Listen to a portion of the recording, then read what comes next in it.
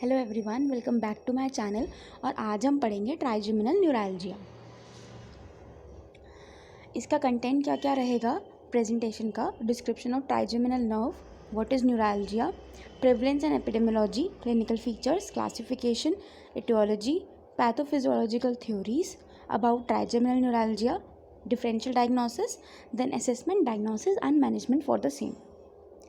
सबसे पहले trigeminal nerve के बारे में बात करते हैं। तो ये 5th क्रेनियल नर्व होती है, जो कि सबसे लार्जेस्ट होती है among all the 12 cranial nerves. ये एक मिक्स्ड नर्व है। मिक्स्ड नर्व मतलब कि इसके अंदर सेंसरी और मोटर दोनों कंपोनेंट्स हैं, और इसके 3 ब्रांचेस हैं। कौन कौन सी? V1, V2 and V3। देखो, जैसा कि आपको इस इमेज में दिख रहा होगा, this is the V1 branch, जो कि इस एरिया को सप्लाई कर रही है, V2 ब्रांच जो कि इतने एरिया को सप्लाई कर रही है, एंड V3 ब्रांच जो कि इतने एरिया को सप्लाई कर रही है। ठीक है, तो अब ये डिफरेंट एरियाज़ बताए गए हैं of innervation by the different branches of the trigeminal nerve root. ठीक है बच्चों, तो आपको ये इस तरीके से याद करना है, और रेफरेंस के लिए मैंने इमेज भी डाला है इसके अंदर। टू बी मोर प्रिसाइज, यहाँ पे हमने ट्राइजेमिनल नर्व की जो लोकेशन है उसके बारे में बात करी है, and these are the 3 branches V1, V2 and V3 of the trigeminal nerve, and उनका एरिया जो है सप्लाई कर रही हैं उसके बारे में बात करी है हमने। ये एक ब्रीफ कोर्स है ट्राइजेमिनल नर्व का पूरा, कि कैसे वो इन 3 न्यूक्लियस से बन रही है। Then there is a trigeminal ganglion, वहाँ से आपके 3 ब्रांचेस निकल रहे हैं। तो ये आपने एनाटॉमी में पढ़ा होगा इसके बारे में। अब व्हाट इज ट्राइजेमिनल न्यूरैल्जिया? तो neuropathic pain in the trigeminal nerve distribution is trigeminal neuralgia. मतलब neuro means nerve, algia means pain. तो nerve pain in the region of trigeminal nerve, specifically trigeminal nerve, उसको कहते हैं trigeminal neuralgia. ठीक है, तो इसकी डेफिनेशन देख लेते हैं। It is a syndrome characterized by sudden severe paroxysmal episodic pain in the distribution of one or more branches of trigeminal nerve। तो हमने देखा था कि जो ट्राइजेमिनल नर्व है उसकी 3 ब्रांचेस थी, V1, V2 एंड V3। तो इनमें से अगर किसी में भी पेन हो रहा है, एपिसोडिक पेन, तो उसे हम ट्राइजेमिनल न्यूरैल्जिया कहेंगे। इसको हम शॉर्ट में TN कहते हैं। तो ये 2 सोसाइटीज़ हैं, दैट इज़ IASP, ICHD3।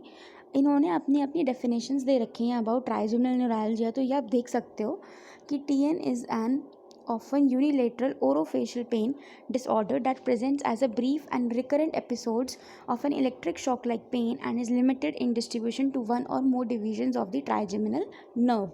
यानी कि ट्राइजेमिनल नर्व के डिस्ट्रीब्यूशन में, उसके नर्व रूट में आपको इलेक्ट्रिक शॉक लाइक पेन होगा, and in most of the cases it is unilateral pain. अब आते हैं इसकी प्रेवलेंस में। अब फीमेल्स में ये ज़्यादा होता है as compare to males. Right side of the face is more affected because, अब राइट साइड ही क्यों ज़्यादा अफेक्टेड होती है? Because of the narrower foramen rotundum and foramen ovale on the right side as compare to the left side. Older age में भी हो सकता है, बिकॉज एजिंग के साथ साथ हमें पता है ब्रेन जो होता है वो सैगिंग शो करता है, और जो वेसल्स हैं वो रब डाउन करती हैं। Prevalence in the population is 0.07%। अब क्लिनिकल फीचर्स हम कैसे याद करेंगे? By a mnemonic which is known as Socrates. तो ऐसे site of pain, O onset, C characteristic, R radiation, A associated symptoms, T type of pain, E exacerbating factors and S is severity. तो क्योंकि इसमें pen ही है तो हम pen का ही assessment करेंगे, तो उसके लिए हमें ये चीज़ें याद करनी है। साइट ऑफ पेन, अब हमें पता है कि जो ट्राइजेमिनल नर्व का पेन है वो या तो V1 में जाएगा, या V2 में जाएगा, या V3 में जाएगा। ठीक है, तो इसमें इन्होंने बोला है कि जो V3 नर्व रूट है, यानी कि जो मैंडिबुलर वाला नर्व रूट है, जो जॉ को सप्लाई कर रहा है, वहाँ पे आपका सबसे ज़्यादा पेन रेडिएट होता है as compare to the other 2 branches of the trigeminal nerve. Onset of pain कैसा होगा? एकदम सडन एब्रप्ट ऑनसेट होता है, सिवियर होता है, और पैरोक्सिस्मल अटैक होता है। पैरोक्सिस्मल मतलब सडन, एकदम से हो जाएगा, पता भी नहीं चलता आपको कब हो गया ये। देन आती है आपकी कैरेक्टरिस्टिक ऑफ पेन। अब पेन कैसा होता है? इलेक्ट्रिक शॉक लाइक पेन, ये टर्म आपको याद रखनी है। देन सुपरफिशियल पेन होगा, इलेक्ट्रिक शॉक लाइक पेन होगा, एंड लैंसिनेटिंग पेन होगा, जैसे किसी ने कोई चीज़ काट दी हो। Radiation of pain, pain radiate हो सकता है। अब देखो, अगर आपका V3 वाला एरिया अफेक्टेड है, ये वाला यानी कि मैंडिबुलर ब्रांच वाला, तो आपका ईयर तक पेन जाएगा। अगर आपका V2 वाली ब्रांच अफेक्टेड है तो आपका आई तक पेन जाएगा। अगर आपका V1 अफेक्टेड है तो आपका नॉस्ट्रल पे पेन आएगा। देन एसोसिएटेड सिम्टम्स, पेशेंट विंसेस, मतलब पेशेंट को जो होगा स्पाज्म होगा फेशियल मसल का। पेशेंट विंसेस का क्या मतलब है कि जो आप ये इमेज देख रहे हो, this is a typical image of a patient who is wincing. ठीक है, इसमें सेंसरी लॉस नहीं होता। टाइम क्या होता है, बहुत ब्रीफ होता है, 1 से 2 मिनट में ये पेन ख़त्म हो जाता है। मैक्सिमम लिमिट 2 मिनट होती है और ये एक दिन में 50 बार तक भी हो सकता है, ऐसा छोटा छोटा करके। देन इज़ द एग्जैसरबेटिंग फैक्टर्स, एलोडाइनिया होता है इन पेशेंट्स में। एलोडाइनिया क्या होता है कि जब एक नॉन पेनफुल स्टिमुलाई ने आपके पेन को ट्रिगर कर दिया है ट्राइजेमिनल नर्व के। अब ये 2 तरीके से होगा, टैक्टाइल और मूवमेंट। टैक्टाइल में क्या हुआ, टच की वजह से आपको पेन हुआ।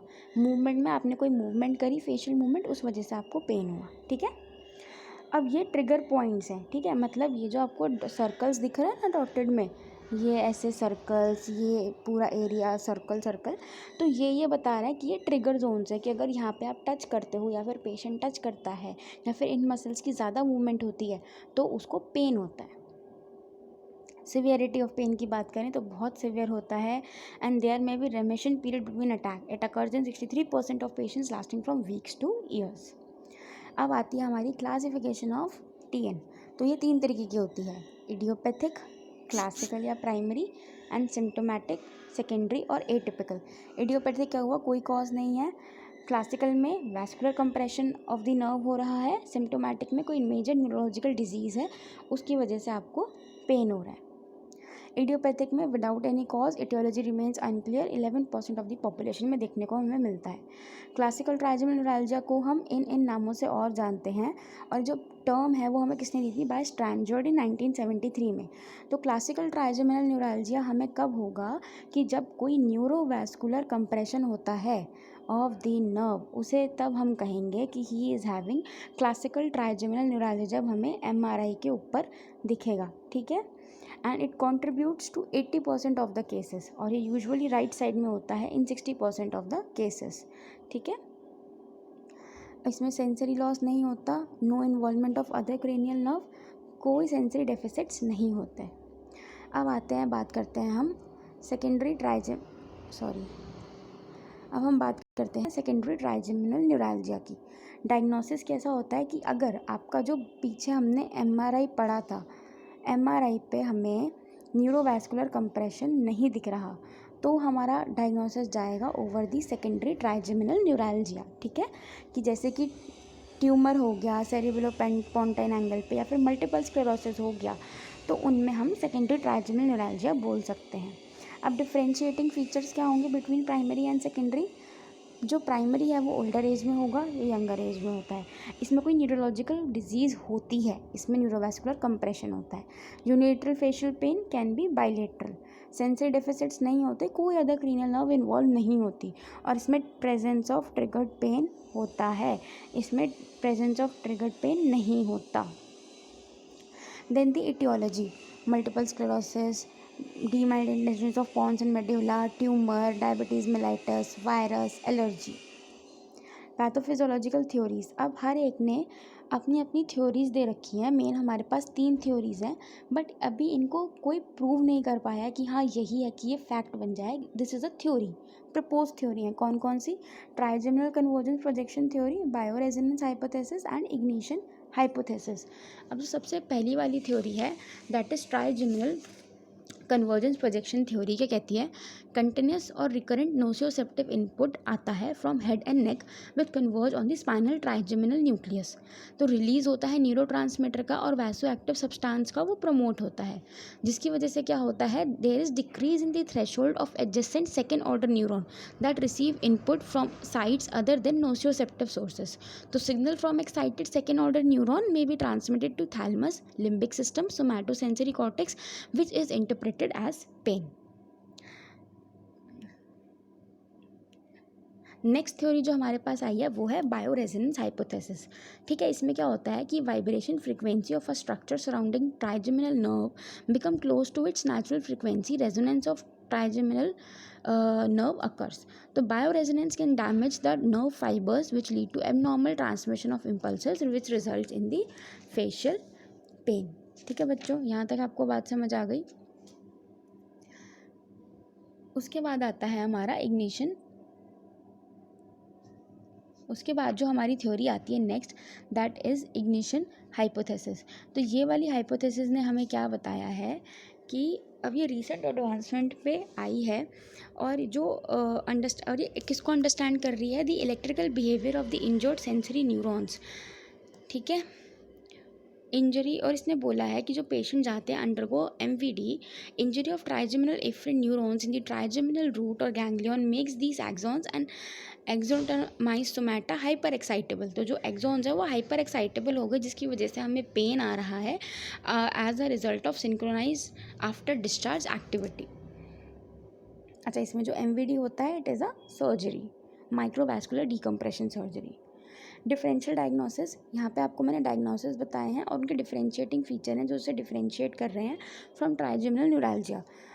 तो ये आप देखो, cluster headache, dental pain, giant cell arteritis, glossopharyngeal neuralgia, intracranial tumours, trigeminal neuropathy, migraine, multiple sclerosis, otitis media, paroxysmal hemicrania, post hepatic neuralgia, sinusitis and TMJ joint syndrome. तो अभी हमने ट्राइजेमिनल न्यूरैल्जिया के features के बारे में बात करी, और ये सारे फीचर्स हैं जो इन चीज़ों में हमें मिलते हैं बट ट्राइजेमिनल न्यूरैल्जिया में हमें नहीं मिलते। तो these are the differentiating factors. Assessment में क्या आएगा हमारा, demographic, chief complaint, history, pain characteristics, examination, investigation and elimination of differential diagnosis.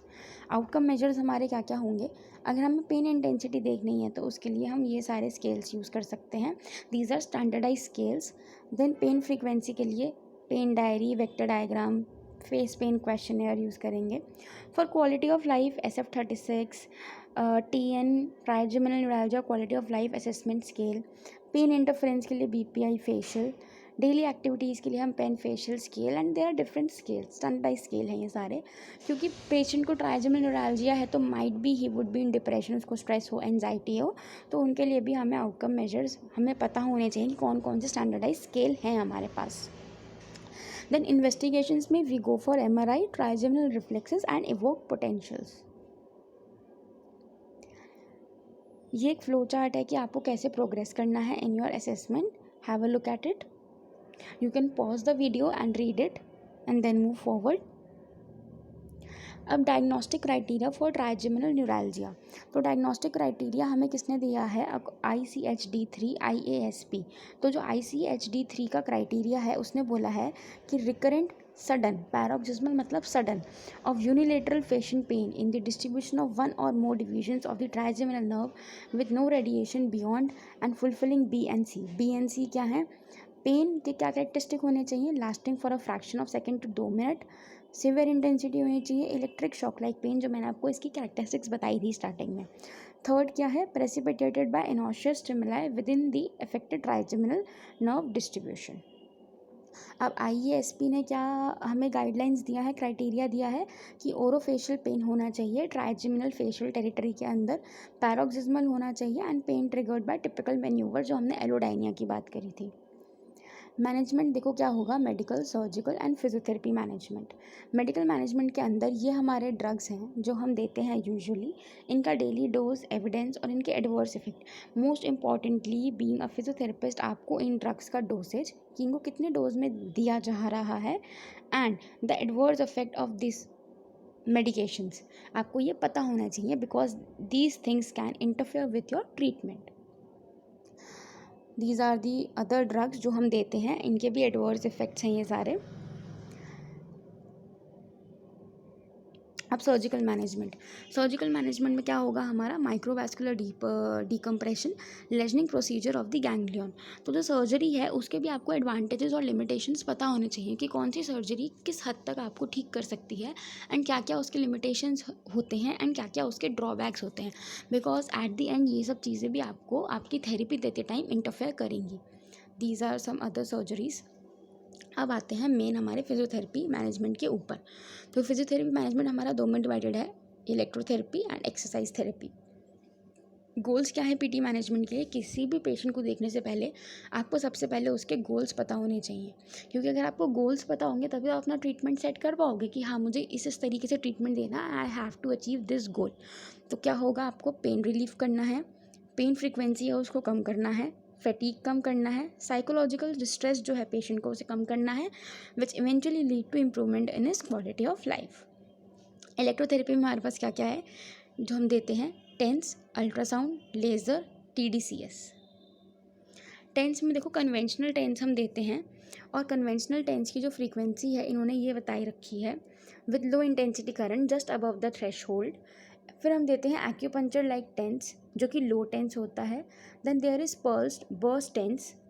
अब एक स्टडी करी गई थी in 31 patients of trigeminal neuralgia, जिन्होंने बोला कि एप्लीकेशन ऑफ टेंस से उनको अच्छा इंप्रूवमेंट दिखा है इन 26%, यानी जो सक्सेस रेट था ऑफ टेंस वॉज 83.7%। तो constant mode of therapy slightly better than the burst mode, यानी कि जो कन्वेंशनल टेंस हम दे रहे हैं it is much better as compare to the pulse और burst TENS. Now intensity of impulse depend upon the patient tolerance, जो हम यूजुअली करते भी हैं। जो फ्रीक्वेंसी और पल्स विद है वो हम फिक्स करते हैं। तो प्लेसमेंट जो होती है वो आपको डिपेंड करती है पेशेंट टू पेशेंट। तो इसमें कोई कुकबुक अप्रोच नहीं है इलेक्ट्रोड प्लेसमेंट की, कि हमें ऐसे ही प्लेस करना है या ऐसे प्लेस नहीं करना। आप अपने पेशेंट के अकॉर्डिंग इलेक्ट्रोड्स की प्लेसमेंट करोगे। तो जो एनाल्जेसिक मैकेनिज्म होता है टेंस का, गेट कंट्रोल थ्योरी का, उसी के ऊपर ये यहाँ पे काम करता है। अल्ट्रासाउंड में हम non thermal effects of ultrasound देते हैं जो कि पल्स मोड में आते हैं। अब पल्स मोड के अंदर आपके आते हैं नॉन थर्मल इफेक्ट्स, और नॉन थर्मल इफेक्ट आपके कौन कौन से होते हैं? Cavitation and acoustic streaming. तो ये क्या करते हैं? Anti inflammatory and tissue stimulating effects induce करते हैं। Then is low level laser therapy.